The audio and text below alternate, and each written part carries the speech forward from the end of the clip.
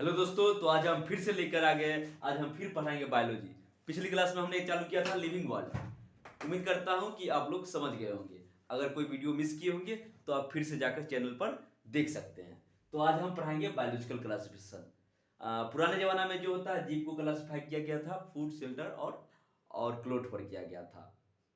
तो earlier classification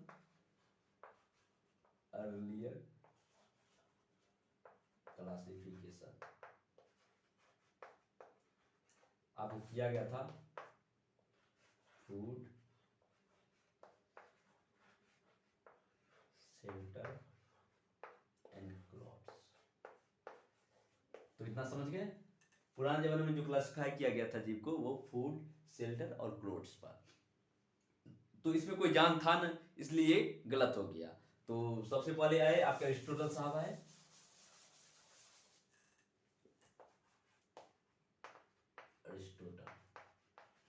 Aristotle साहब, जिनको हम फादर ऑफ जियोलॉजी भी कहते हैं, फादर ऑफ बायोलॉजी भी कहते हैं। इन्होंने सबसे पहले साइंटिफिक व्यू पर जीवों को क्लासिफाई किया, यानी ऑर्गेनिज्म को क्लासिफाई किया। इन्होंने प्लांट को हर्ब, सर्ब्स और ट्रीज में बांटा, और एनिमल को जिसमें आरबीसी प्रेजेंस है उसको इनेमिया कहा, और जिसमें आरबीसी अब्सेंट है उसको एनेमिया कहा जाता है। इन्होंने प्लांट को बांटा, प्लांट को हर्ब्स, सर्ब्स एंड ट्री, और एनिमल को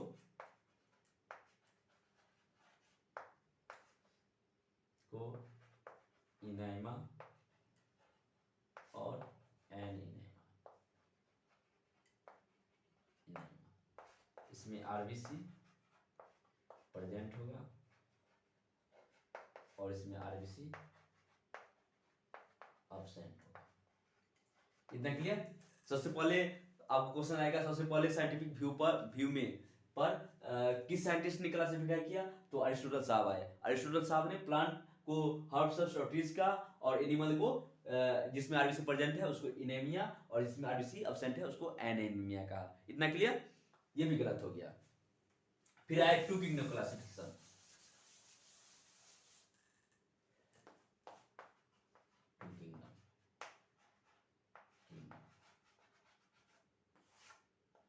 इसको लिनियस साहब ने दिए। लिनियस, सॉरी स्पेलिंग थोड़ा दिक्कत हो जाता है, उतना पढ़े लिखे ना है।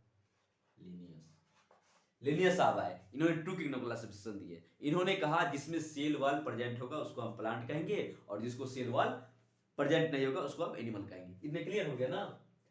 लिनियस साहब आए और उन्होंने कहा अगर सेल वॉल प्रेजेंट रहेगा तो उसको प्लांट में रखेंगे, और सेल वॉल नहीं होगा तो उसको एनिमल में रखेंगे। लेकिन ये गलत हो गया। क्यों गलत हो गया? क्योंकि इस किंगडम के अनुसार, इस क्लासिफिकेशन के अनुसार से ये पता नहीं चलता था कि जीव वो प्रोकैरियोटिक है या यूकैरियोटिक है, जीव फोटोसिंथेटिक है या नॉन फोटोसिंथेटिक है, जीव यूनिसेलुलर है यानी एक कोशिका से बना है, या मल्टीसेलुलर है यानी बहुत सारा सेल से मिलकर बना होता है। इसे ये पता नहीं चलता था। इसका डीमेरिट्स क्या था? डीमेरिट्स यानी गलत क्यों हो गया? इनमें जो होता प्रोकैरियोटिक या यूकैरियोटिक,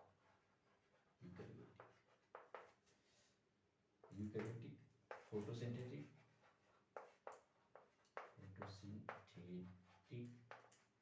या नॉन फोटोसिंथेटिक,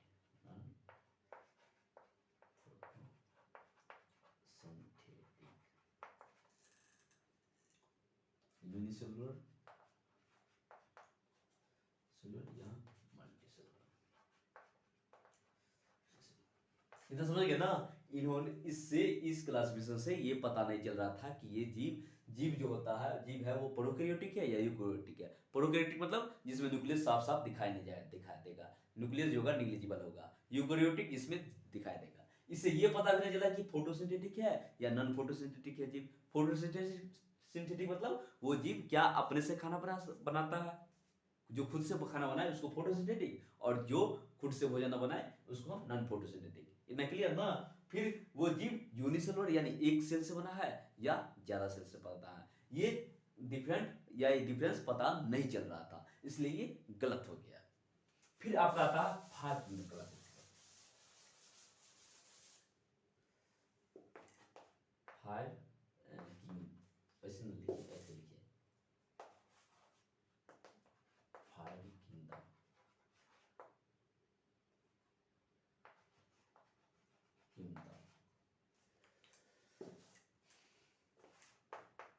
इसको RHBT का साल नहीं दिए, RHBT का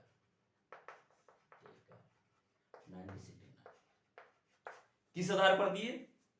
तो mode of nutrition,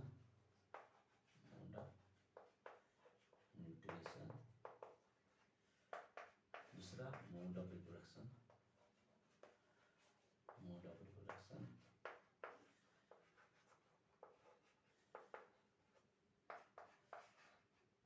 cell structure,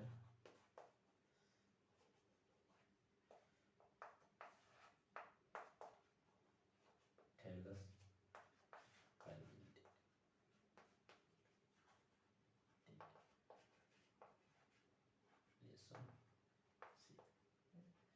इन्होंने किस आधार पर 5 किंगडम के दिए?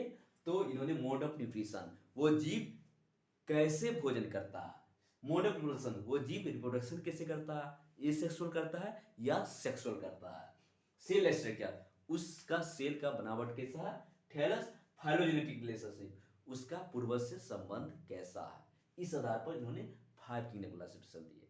अब चलते हैं 5 किंगडम क्लासिफिकेशन दिए तो वो कौन कौन सा है ग्रुप। तो था उसमें पहला मोनेरा,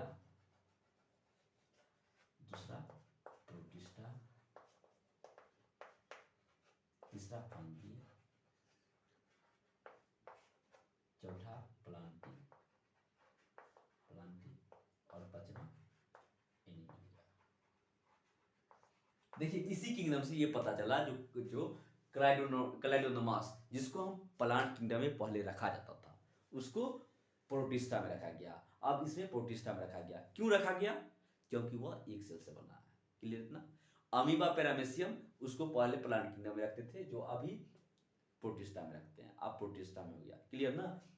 इसमें देखिएगा, गौर कीजिएगा, मोनेरा जो है ये प्रोकैरियोटिक होता है, इसमें मोनेरा जो है प्रोकैरियोटिक है। प्रोकैरियोटिक मतलब इसमें न्यूक्लियस नेग्लिजिबल होगा। प्रोटिस्टा जो होगा इसमें यूनिसेलुलर होगा, यूनिसेलुलर मतलब एक सेल से बना होगा। बाकी बात फंगी और प्लांटी और एनिमेलिया, ये तीनों मल्टीसेलुलर है। इतना क्लियर ना? चलिए, उसके बाद सेल वॉल, ई जो होता है मोनेरा, प्रोटिस्टा और फंगी प्लांटी में सेल वॉल प्रेजेंट होगा, लेकिन एनिमल में प्रेजेंट नहीं होगा। क्लियर ना? तो हम फिर से शुरू करेंगे मोनेरा से।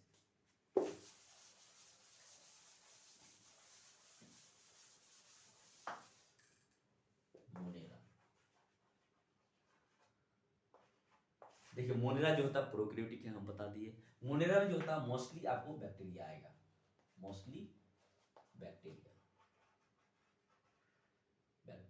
आएगा। क्लियर? मोस्टली बैक्टीरिया आएगा। बैक्टीरिया जो होता है आपको फोटोसिंथेटिक भी हो सकता है, नॉन फोटोसिंथेटिक हो सकता है, कीमोसिंथेटिक हो सकता है और हेटेरोट्रॉपिक भी हो सकता है। तो इसमें जो होता है तीनों हो सकता है, आपको हेटेरोट्रॉपिक बैक्टीरिया हो सकता है, हेटेरोट्रॉपिक, फोटोसिंथेटिक, फोटोसिंथेटिक लिखिएगा, कीमोसिंथेटिक लिखिए, कीमोसिंथेटिक, ये सब हो सकता है। लेकिन मोस्टली जो होता है आपको हेटेरोट्रॉपिक होता है, हेटेरोट्रॉपिक। ज्यादा बैक्टीरिया जो होगा वो हेटेरोट्रॉपिक होगा। जैसे हम आपको दूध से दही बनाते हैं तो उसमें क्या होता है, लैक्टोबैसिलस बैक्टीरिया होता है, वो भी एक हेटेरोट्रॉपिक बैक्टीरिया है। इतना क्लियर? अब बैक्टीरिया का शेप जानते हैं, शेप बैक्टीरिया, तो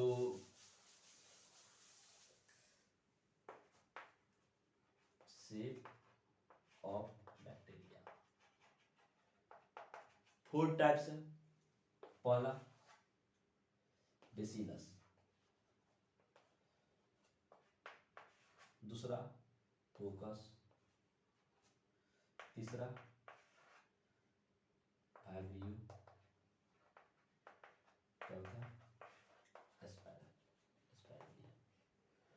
देखिए बेसिलस जो होगा वो रॉड शेप होगा, रॉड शेप। कोकस हुआ वो स्फेरिकल होगा,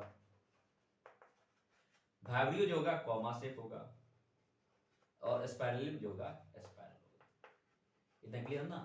शेप ऑफ बैक्टीरिया, बैक्टीरिया का शेप बदला है 4, बेसिलस जो होगा वो रॉड शेप होगा, कोकस जो होगा वो स्पेरिकल होगा, वाइब्रियो जो होगा वो कॉमा शेप होगा, स्पाइरल जो होगा स्पाइरल होगा। इतना क्लियर ना। तो चलिए हम फिर से रिवीजन कराते हैं। सबसे पहले हम आज पढ़ाए कि अर्लियर क्लासिफिकेशन। अर्लियर क्लासिफिकेशन में जीव को जो होगा बांटा गया वो फूड, शेल्टर और क्लोथ के आधार पर बांटा गया। लेकिन ये गलत है। गलत क्यों है? क्योंकि जो है बहुत सारा जीव जो होता है फूड उसका खाना एक अलग अलग है, तो कैसे एक जैसा होगा। फिर उसके बाद फर्स्ट जो होता है साइंटिफिक व्यू के अनुसार जो था अरिस्टोटल साहब आए, वो जीव को क्लासीफाई किए। उन्होंने प्लांट को हार्ट सब्स और टीज में बांटा, और एनिमल को जिसमें आरबीसी प्रेजेंट है उसको एनीमिया कहा, और जिसमें आरबीसी एब्सेंट है उसको एनीमिया कहा। इतना क्लियर। फिर ये भी गलत हो गया। फिर आया टू किंगडम क्लासिफिकेशन, जिन्होंने जिसको लिनियस साहब ने दिया। लिनियस साहब ने टू किंगडम क्लासिफिकेशन दिया। उन्होंने कहा जिसमें सेल वॉल प्रेजेंट होगा उसको हम प्लांट किंगडम कहेंगे, जिसमें सेल वॉल नहीं रहेगा उसको हम एनिमल किंगडम कहेंगे। लेकिन ये गलत है। क्यों है गलत? क्योंकि इसे ये पता नहीं चल रहा था कि सेल जो होता है प्रोकैरियोटिक है या यूकैरियोटिक है। सॉरी, एनिमल ऑर्गेनिज्म जो होता है, जीव जो है प्रोकैरियोटिक है या यूकैरियोटिक है, यूनिसेलुलर है या मल्टीसेलुलर है, फोटोसिंथेटिक है या नॉन फोटोसिंथेटिक, इसे क्लियर नहीं हो रहा था, इसलिए ये गलत हुआ। उसके बाद 5 किंगडम क्लासिफिकेशन आया जो आर एच विट्रिकर साहब ने दिए 1969 में दिए। इन्होंने कहा लिए जो किसके बेस पर दिए, तो mode of nutrition, mode of reproduction, phylogenetic relationship, आपका सेल स्ट्रक्चर और थैलस, ये इसके आधार पर इन्होंने दिया। फिर इन्होंने कहा 5 ने दिया वो मोनेरा, प्रोटिस्टा, फंगी, एनिमलिया और प्लांटी दिया। उसके बाद हमें बतलाया कि मोनेरा पढ़ा, मोनेरा बतलाया प्रोकैरियोटिक होता है, इसमें बतलाया मोस्टली बैक्टीरिया होता है। फिर हमने बैक्टीरिया का शेप बतलाए रॉड शेप, बेसिलस, स्पेरिकल, कोकस, फिर वाइब्रियो कॉमा, ये पढ़ा है। तो आप लोग इतना समझ गए होंगे। तो अगर समझ गए होंगे, कॉन्सेप्ट क्लियर हो गया, तो चैनल को लाइक और सब्सक्राइब कर दीजिएगा, और ऐसा ही वीडियो कंटिन्यू चलता रहेगा। अगर आपको कोई क्वेश्चन हो तो आप कमेंट में पूछ सकते हैं। तो ओके, आज के लिए इतना ही। थैंक्स, बहुत बहुत आपका धन्यवाद देखने के लिए।